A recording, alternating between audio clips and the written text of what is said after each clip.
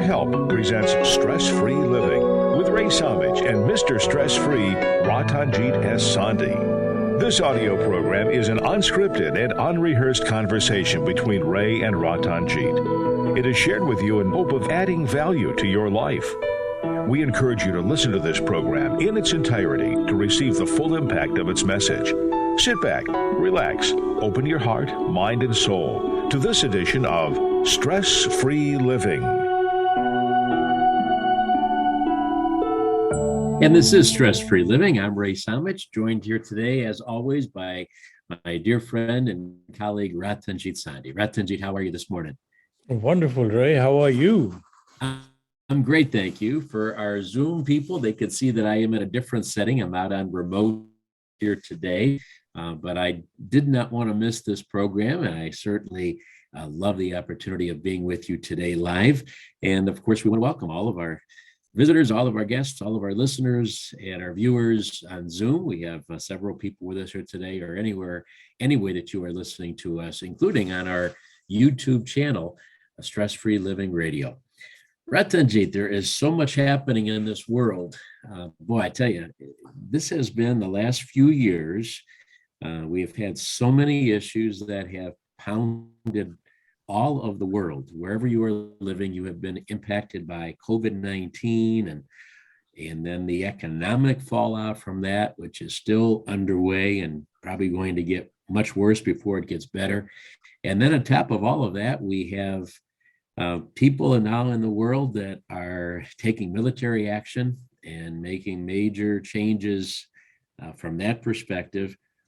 And it makes us stand back and wonder about character of our leaders, character of ourselves with how we handle all of these difficult situations. And it makes us wonder with a unique play on words, do we have character or are we a character? Because many of us prefer to be that standout character. We want everyone to know us and laugh with us and joke with us. We want to be known as that guy, that woman that everybody wants to be around with. We want to be a character, but do we want to have character? And it seems like we need character in this world more than ever before. What are your thoughts on that? It's a very intriguing topic, Ray, because in common belief is that we all have character, good or bad, because this is my character. But if you realize where does this so-called character comes from, our upbringing, our belief system, and our habits, or insecurity, or fear, or ego, all that does give us a certain type of behavior which we behave. And world calls that behavior as character. And we pick up habits based on that, and they control how we act. So that is also reflected in worldly sense in our character. So this is what we call as character. But our true character is not available to us.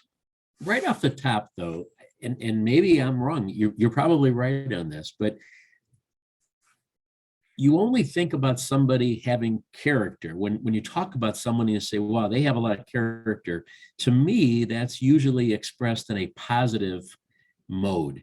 If you say someone has character, that usually, to me, it's interpreted that they are a quality person of integrity. They are strong in their beliefs. They do the right thing.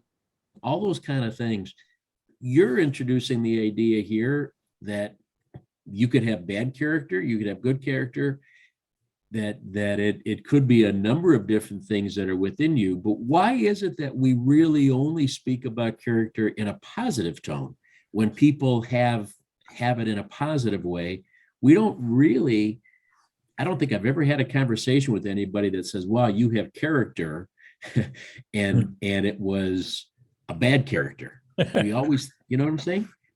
But that thinking has become synonymous with good character. We only, Right. when we say he has character or she has character, what we are saying is he has good character. But Exactly. but we also say his character is bad. We have heard people say that, my God, his character is so bad. He has done this and he has done that. So that is also part of character. So if we don't have good character, then we end up doing things which are not desirable, not even good for us. So good and bad character is a reflection of what we have become. We have picked up knowledge, we have picked up habits, we have picked up belief system, and based on that, our character is built. So we also say this kind of education, this kind of mentoring, this kind of thing can build character. Right. We have heard that this institution, going through this college, going through this place, gives you a good character.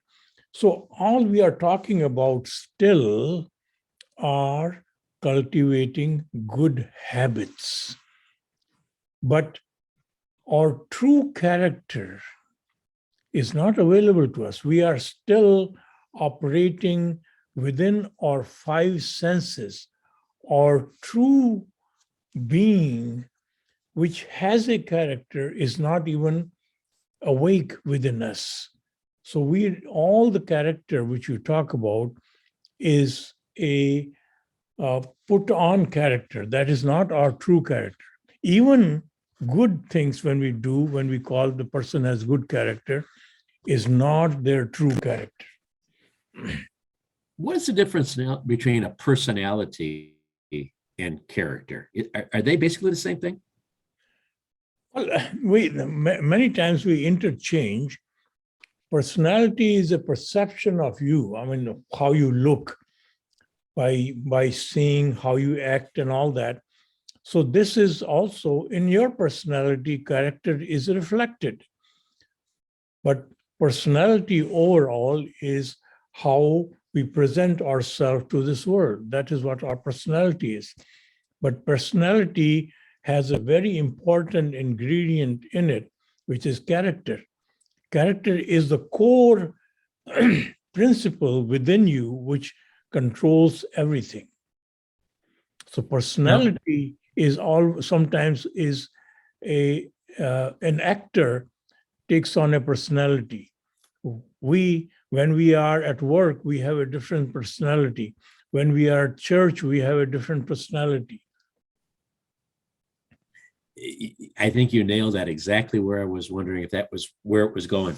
We can kind of have a pseudo personality depending on where we are and how we want to fit into that group of people that we surround ourselves with. But the character at the core of that is real. You really can't fake a character, can you? Or can you? Can you pretend to have a character, or does that shine through? Does the real character shine through that people can see what really is the truth or not? Well, we have become in our society, we are trained to become very good actors, Ray. We are said that if you want to be successful, dress like this. If you want to be a good leader, you have to speak like that. You have to have confidence. So our training gives you character, or it gives you this quality of becoming an actor. So what we show to this world is what we have developed as habits and what we have learned, what we have convinced our mind to do, and we end up calling that as a character. Yes, it becomes you if you do not unveil the real you. It's a confusing statement because it's a very deep statement, but that's kind of the core of the problem. It right. seems to be, because it's to me, the character should be the foundation. It should be the constant that we now have as part of our personality to approach the world, to fit into the world. And if we're so busy adjusting that character, pretending to have character, have a certain type of character when we don't, then you can see how if that foundation, if you built that building in quicksand, it's not going to last. And if we are trying to win our friends and influence people around us and state our case for a solid life, and we do it with fake character, then that is why when you have a condition presented to you, say, if you don't do that, we are going to cut off or we are going to fire you from the jobs, for example. If you don't follow the protocol of the company, which is not in alliance with you, and depends on if you are connected to your core character, you will not bend. You will follow through with what you believe. But most of us say, well, gosh, I had no choice. I would lose my job. I will not be able to feed my family. So we bend under circumstances. So we are not our true character. See, it's like when you look at material things, look at elements, look at water. Water's character changes under different circumstances, right? When you right. cool it down, it becomes solid. When you heat it, it becomes vapor, it becomes gas. And under normal condition, it is fluid, it's water. So what is the character of water?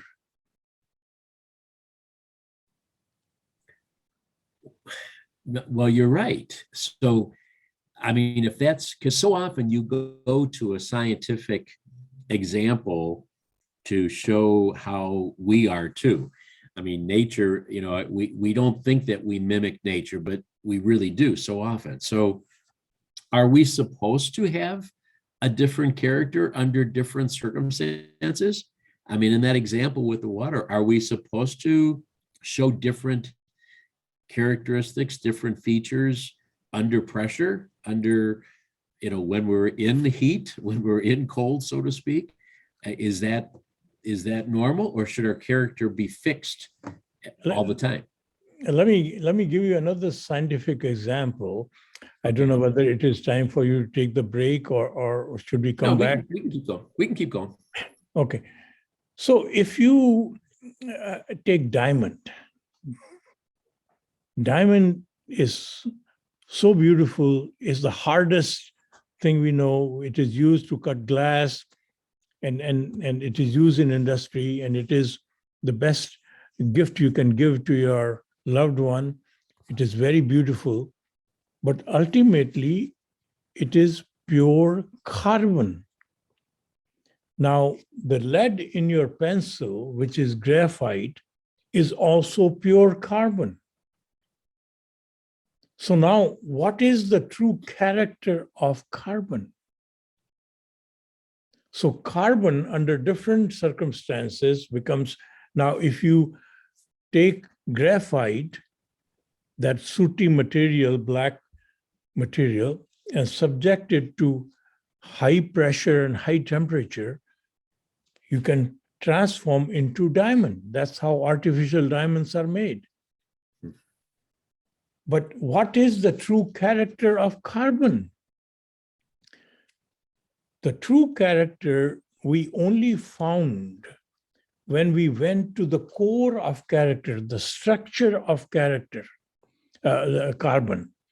So once we realize how carbon is, what its electronic structure is, we were able to develop organic chemistry, pharmaceutical science, and all that as a consequence of finding the true character of carbon. So if you don't find the true character of carbon, you can write with the pencil, you can burn as a coal, you can buy as a diamond. That is the limit. But the highest value of carbon came to us when we found its core character.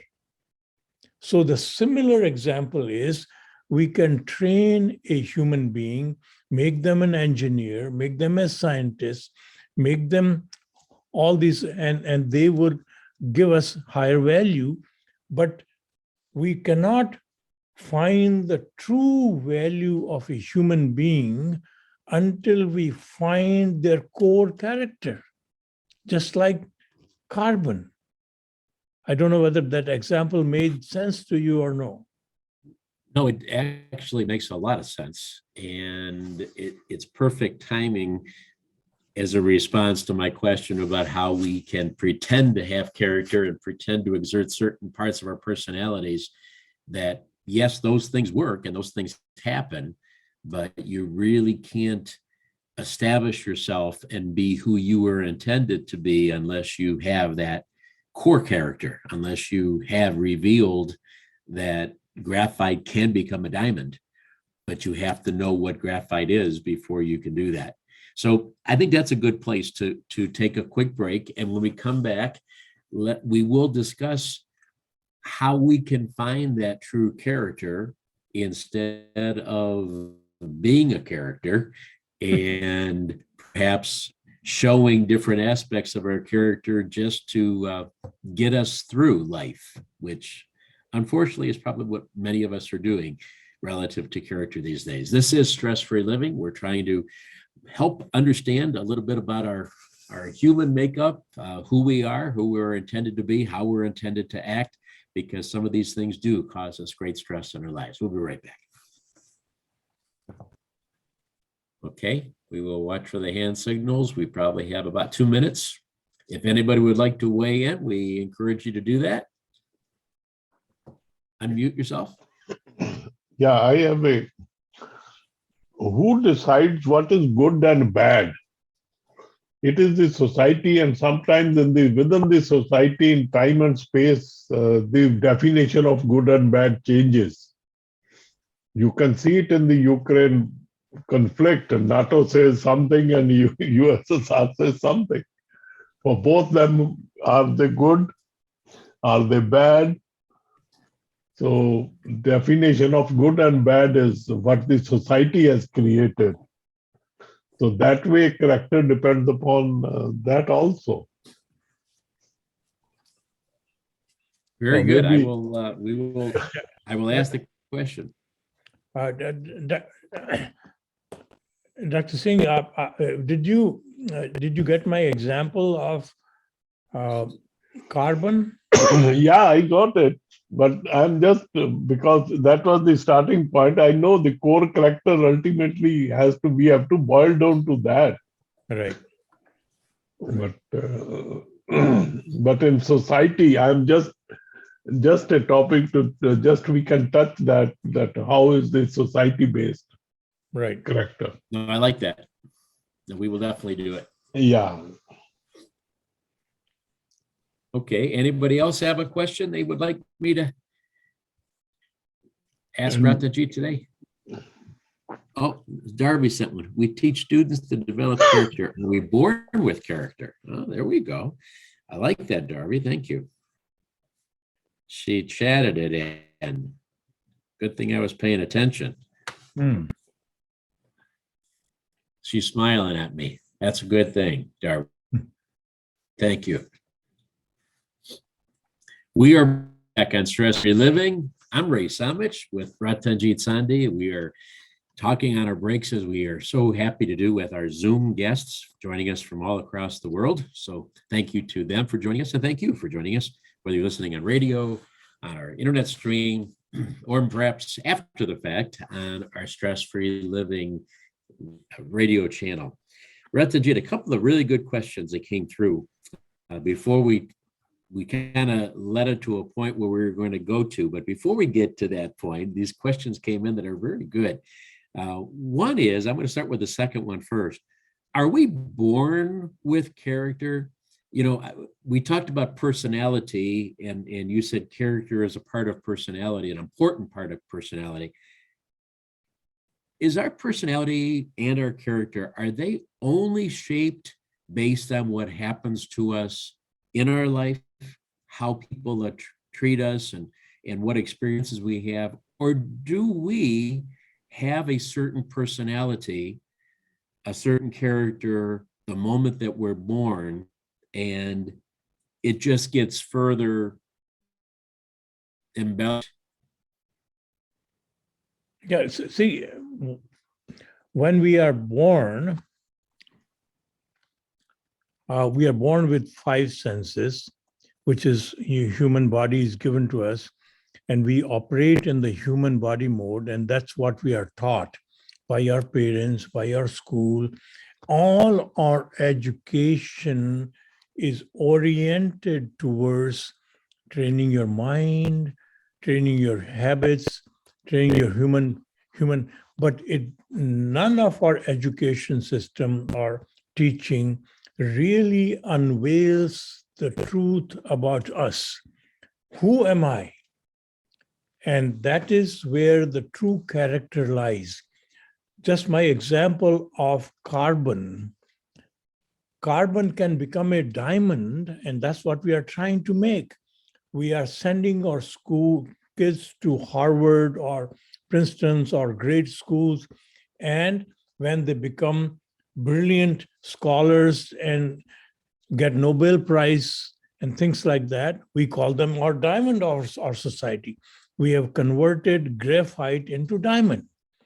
But their true value is still not available to us because the true value of the carbon transformed the human race. I don't know whether you are able to see the impact. Our medicine would not be there if we did not understand the core character of carbon. Or construction materials would not be there if we did not understand the core character of carbon. And because of understanding the core character of carbon, we were able to depend on that core character and construct many chemicals, many products, which provide us unparalleled service. So similarly, a human being, if it is only converted into a diamond, which we are doing in our society, will not be able to give us the maximum value a human being is capable of giving us. We are not able to utilize our full potential, and that full potential lies in finding our true character. Our biggest asset is our true character. Our biggest liability is our false persona of the character. And because of the false persona, the society is always under jeopardy. I totally understand what you're trying to say, and I know it's very, very important, and we have time. We're going to talk about that true character. But I think based on a couple of the questions, including the one I asked that I'm not really sure you answered, so I'm going to ask it again. And the other question that came through, we are more aware of the character that we present on a day-to-day basis with our friends, our spouse, our work colleagues, etc. We're much more aware of that character than what you refer to as our true character. Right. Okay. So let's talk a little bit more first, even though I know the riches and the potential are in the true character. I get that. But we have to understand more about why we shouldn't have more concern about the character that we do know and the character that we have lived with our whole life. So that character is that we know it by things that are around us, by experiences that have happened to us, by the way people have treated us, and how we've come through the fire in many cases. As you said, that builds character. Somebody who has gone through loss of a loved one, or they go through a horrific fire or accident or something like that, that's life-changing, that really has affected their character. So I'm referring to that type of that character, not our true character. Okay. And then I want to meld them together. Eventually, I want to come to the understanding of how the real us is also part of what we have experienced in our life, because you can't live 20, 50, 80 years without impacting the character that we show to the world.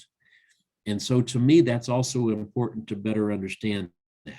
So I want to go back to the question that I had asked a few minutes ago. Do you think we're a blank slate? When we're born, are we a perfect pad of paper that can be drawn on, that can be written on, that can have all kinds of things put into it that will form us? Or is that paper already filled with a structure of what we're going to be like? Did the Creator make me already with a personality, with some type of character, and then life enhanced it, but I already had one when I was born? Is it like the way I look? Is that, I was predestined to look this way, unfortunately. Was I also given a personality to help me to be this way before I was even born? Well, see, Ray, ultimately, all we have, all our training, this thing makes us a character. We are all a character, but we don't have a character. So that is the fundamental thing. A child, is born with that inner character. A carbon, under all circumstances, has a structure. But a structure is not, if it is not understood what I am, my real character does not come out. So there are two kinds of things. There are worldly knowledge, which is given to me from outside, what I see, what I hear, what I touch, what I feel, what I'm told, what I experience. That makes me a character. As a consequence, I become a character. I will behave in a certain way because I have picked up those things. And that character changes when you go through hardship. You realize, oh my God, this path I have taken is not the right path. So it may change you, but you become another character. But you still don't have a character, because that character, the real character which is within you, is only available when you go deep within you. It is not available from outside. It cannot be implemented from training. It cannot be given to you by education. It cannot be given to you by hardship or any of these things. So that is why the most of the world is part as being a character. We really don't have a character. So that is the fundamental thing. Okay. You've chosen a different roundabout way of answering that question, but you have answered it.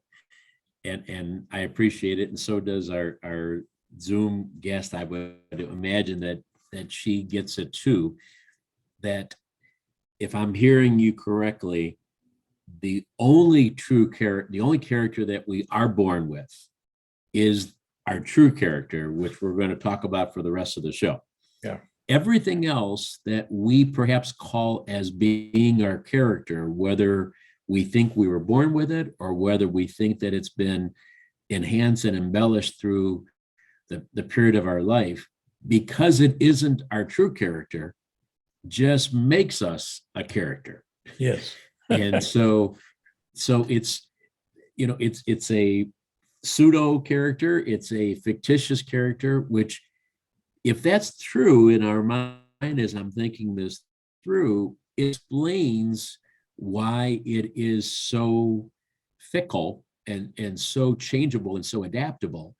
Because if it isn't our true character, we're always looking to vary it. We're always looking to adjust it depending on the circumstance that we're in, depending on the people that we're surrounded by, depending on the opportunities that we think a certain type of character displayed is going to give us. So it's part of the game that we play to be able to get where we want to go by displaying certain parts of what we're calling character, but really just displaying how much of a character we are. Am I getting that right? Absolutely. That's why our education is all equips us with explaining our failures meticulously, but does not position us to achieve true success. Or success comes and goes. It is always like a roller coaster, and we blame the situations, because the true success only comes to us when we achieve our full potential. And our full potential lies in our unveiling our true character. Now, I have the other question to ask you, and I know you're itching to talk about true character, but we still have time. The other question related to the fact that early on in the show, I talked about adapting our character to certain situations and sometimes showing a good character, sometimes showing what we would refer to as bad character.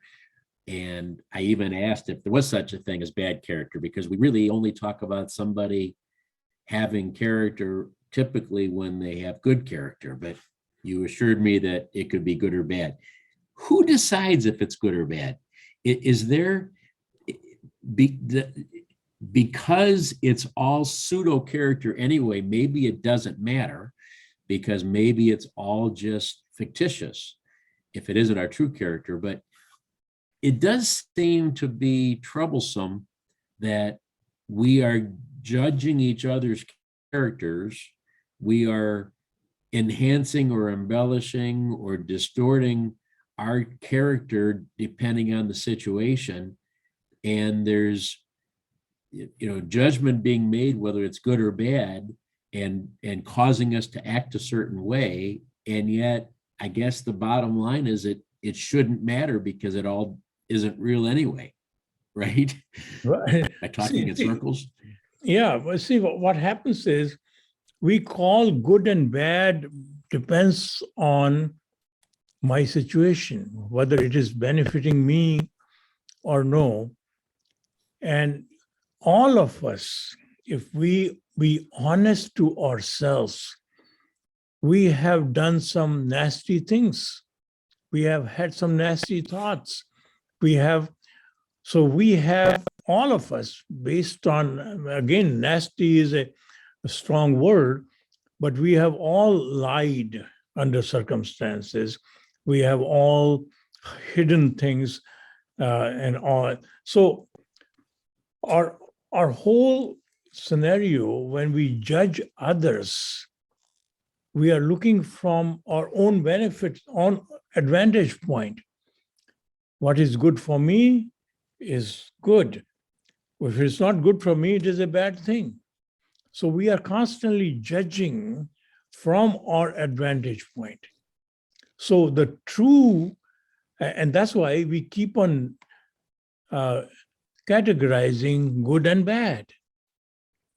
But see, in true sense, there is no good and bad. I'll give you an example. Potassium cyanide is the most deadly chemical. The moment you touch that little bit on your tongue, you die instantly. You can't even tell the taste when you have. It's so deadly. But it is also the most important chemical which is utilized by science, by chemistry, to create intermediate for medicines. It is the chemical which is utilized to extract gold. So in that sense, it is very good. It's very powerful. So everything has certain characteristics, and characteristics can be utilized by understanding those characteristics. They behave under certain circumstances, certain ways, and they behave under different circumstances, different ways. But impact of that to us, if I take potassium cyanide in a drink, that is bad. So potassium cyanide is not bad. The application which I am utilizing is causing me the damage. So there is no good and bad in one sense. It is all related to what impact it has on us. It's like a storm. If the rain doesn't come, we cannot, we will be starved. If sun does not come, the earth is going to freeze. But on certain continents, certain places, the sun is so hot that you can't even go out. So there's nothing good or bad. It is a relative situation. Under certain circumstances, it can harm you and it can benefit you. So that is how we have been labeling everything as this is good, this is bad. I want to thank our Zoom guests for their excellent questions, because it's really helped to clarify this distinction between having character, being a character, what our true character is. When we come back from this short break, we're going to dive into understanding our true character. And if that is and must be steadfast, if we're born with it, what we're supposed to do to develop it, all those things about the true character that's within us. This is Stress Free Living. We'll be right back. All right, so quick break here for a minute or two. If anybody would like to add something else, if not, we're going to dive into that topic when we come back. Dr. Saab, have we answered your question? Good morning. Morning, Darby. Darby? Yeah. How are you, Darby? Yeah, I'm hanging in there. I have to leave shortly, but I wanted to get something in. Yeah, get you all are so great, and I just appreciate the topics. And I got excited when I saw this topic because Ratanjit knows that through Project Love and Values in Action, this is something that we really work hard at teaching our students to develop.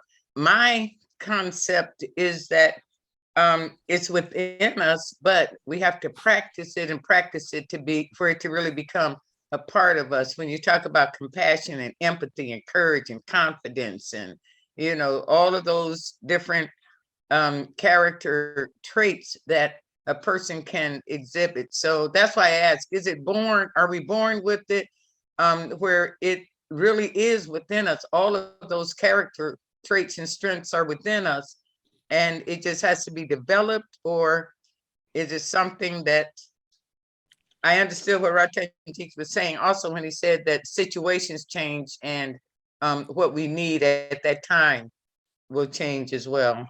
I don't know if I'm clear on that, but yeah, that's how I kind of see it.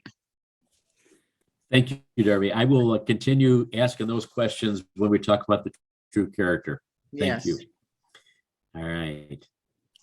And I think, I don't know if we have another time for another comment or not.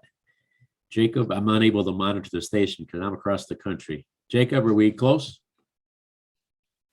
We are back on Stress-Free Living. We're back on Stress-Free Living. Ratanjit, Sondhe, yours truly, Ray Somich with you, joined again by our fabulous Zoom guests and all of you, even if you're not on our Zoom call with us. So we love having you with us any which way that you are part of our regular audience.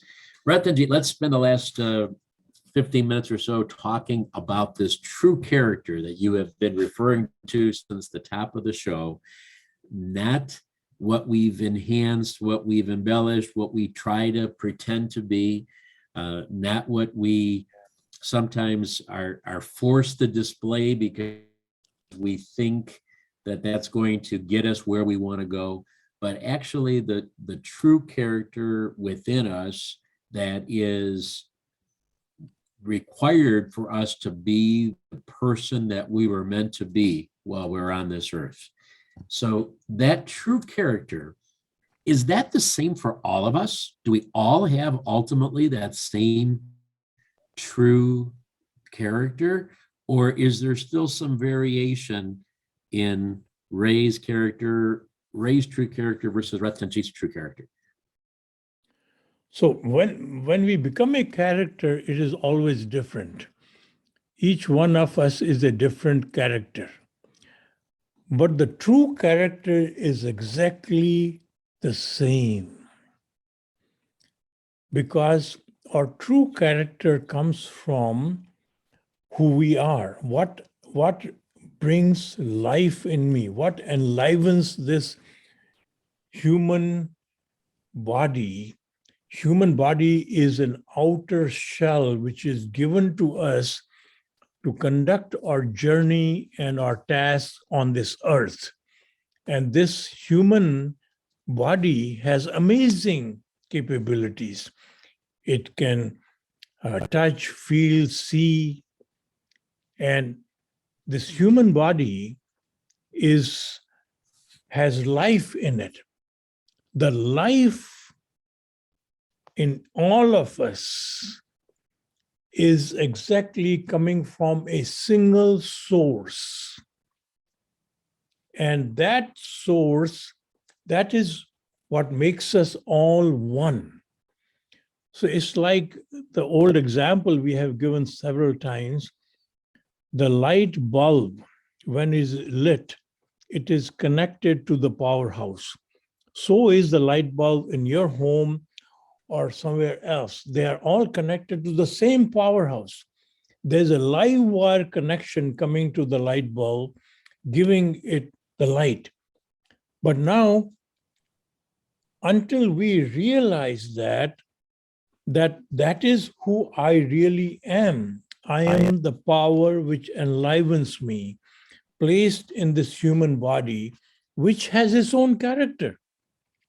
Human body has its own needs. Human body has to be fed or it will starve. So human body wants to collect enough food so that it doesn't starve. Human body can die when it is exposed to extreme cold or extreme hot. So human body constantly stays away from these instances where it can hurt the human body. So human body is going to be parked in fear. Human body also feels that I am separate. I look different than Ray. I'm separate. So it has its own identity. It has its own ego.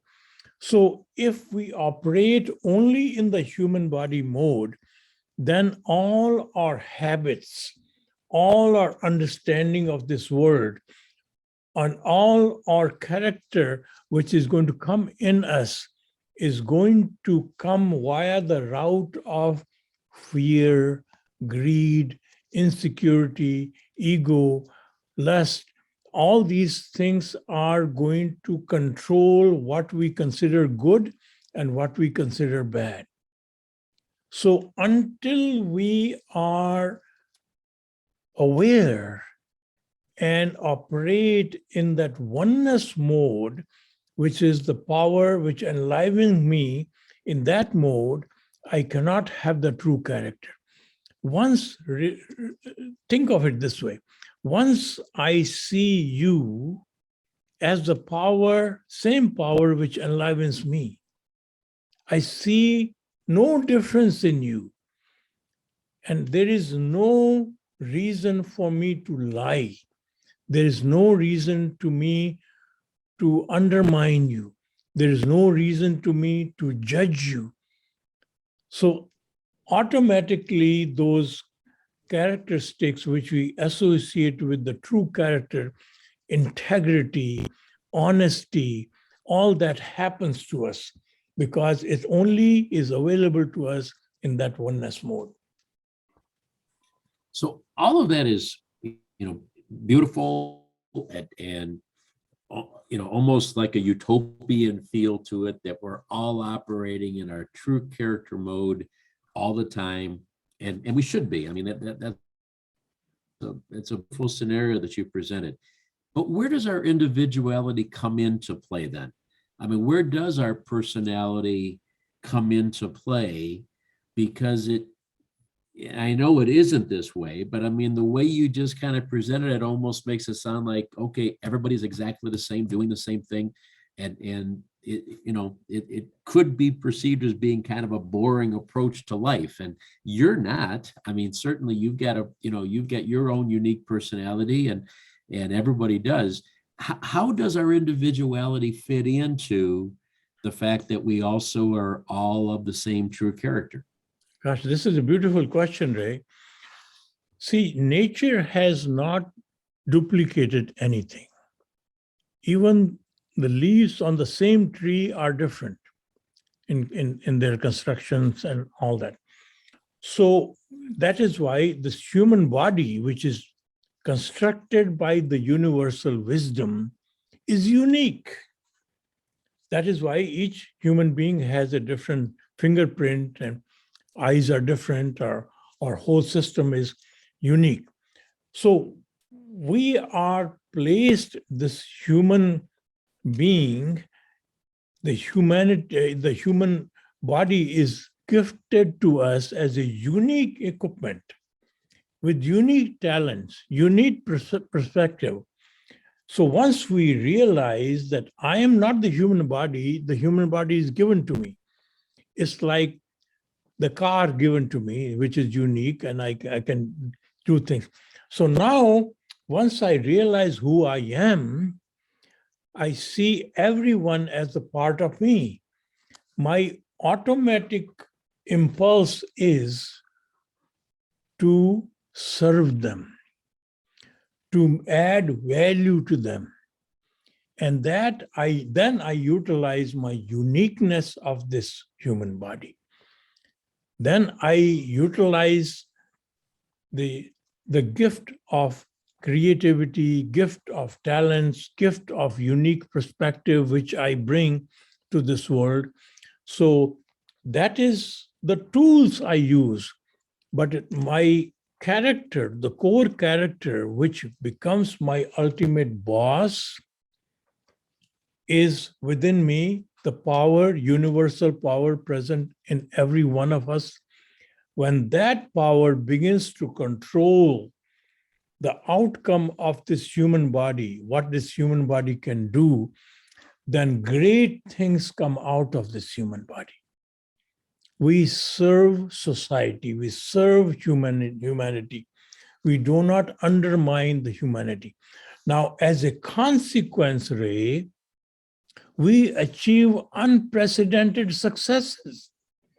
Because when you become the highest value adding entity, if you are an employee which thinks like that, how valuable that employee is.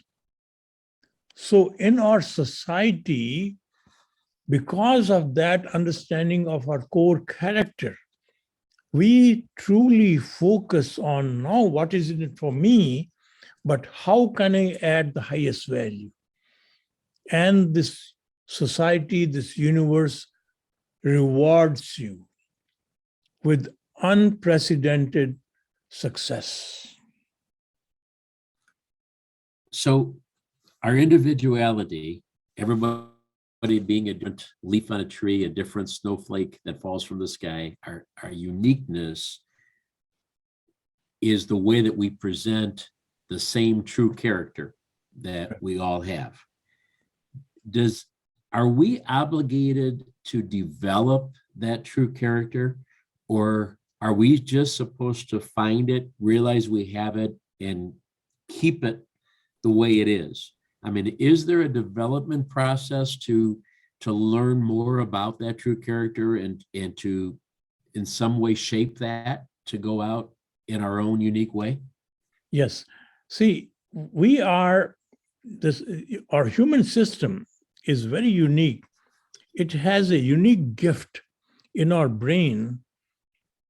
There's a part of our brain with anything we repeat, it converts into habit, so that you don't have to think. You can do without thinking. We drive that around the sea without thinking. We do so many things without thinking because that we have cultivated those as habits. So knowledge does not transform us. Knowledge of knowing that there is a universal power within me, that is what my core character is not going to change anything within us. Until we develop that into our living habits, where every moment we begin to think in that mode, and then only we become a true value-adding entity. So to do that, we have talked about a cultivating habits. Now, the good thing is, if anything you do 30, 40, 50 times consecutively at the same time, your brain picks up as a habit. And so what my suggestion is to cultivate the habit of living in oneness, living in that core character within you. You have to begin to connect to that core character. And the best way to connect is early morning when you get up, have a shower and get ready, fully dressed, and come in front of the mirror and see the reflection of this human body. And then appreciate all the amazing things this human body can do. And realize that this human body is not you, it is a gift to you. And be grateful for that gift. And then you close your eyes and look into your eyes and see the power which enlivens this human body. And then once you meditate on that for a few minutes, comprehend that for a few minutes, and when you come out of that exercise, when you look in anybody else's eyes, you also see that enlivening power. It automatically motivates you to add value to that person. You don't see that what this person is going to bring for me. You change the whole perspective of how do I add the highest value to this person. See, all our friends, Ray, are our friends because they added value to us. So value adding is the ultimate ticket to our success. Ratanjit, you have helped explain and help me to understand why we have so many characters in our world, some of them doing terrible things right now, holding themselves up as a character when we really should be developing our core character. And it starts with each one of us doing that and putting our own individuality to develop that. That's a beautiful thought, beautiful world that you are projecting there that I am eager to be a part of. So thank you so much for sharing your wonderful thoughts and wisdom with us here today. Thank you to our Zoom guests that were with us and to all of you, however and wherever you may be and however you may be listening. We appreciate you being there. We hope that we have added value to your life here today. Ratanjit, thank you again. And remember, folks, we're all playing the same game. Have a great day.